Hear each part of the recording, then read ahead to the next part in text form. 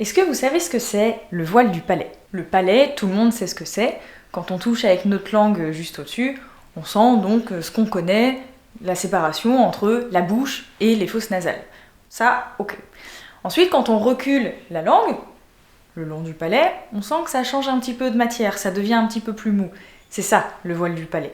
Ce qu'on voit sur ces images, c'est mon voile du palais. Ça a été filmé par un ORL lors d'une laryngoscopie. Non, là on voit bien le voile du palais qui bouge, donc c'est très important là, le voile du palais. Et on peut voir que c'est pas très agréable. Voilà, on respire fort par le nez.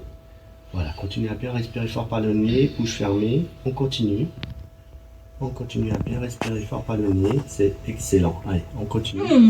Là c'est le côté moins rigolo. Allez-y, respirez fort par le nez. Voilà, là je force un peu, je suis désolé.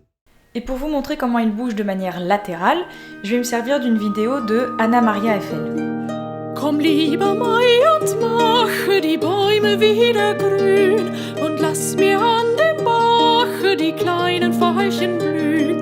Wie möchte ich doch so gern ein Veilchen wiedersehen. En chant, c'est lui qui décide si les vibrations passent plutôt par le nez ou par la bouche. Si je baisse mon palais, ça fait une voix nasale assez rigolote. Et si je lève mon palais, mes vibrations passent par la bouche, je parle normalement. Par contre, si je veux en abuser de cette résonance buccale, je lève encore plus mon voile du palais. Et on appelle ça le chant lyrique, qui est très utilisé en chant d'opéra. En gros, c'est lui qui décide si tu sonnes comme Céline Dion ou un klaxon des années 50.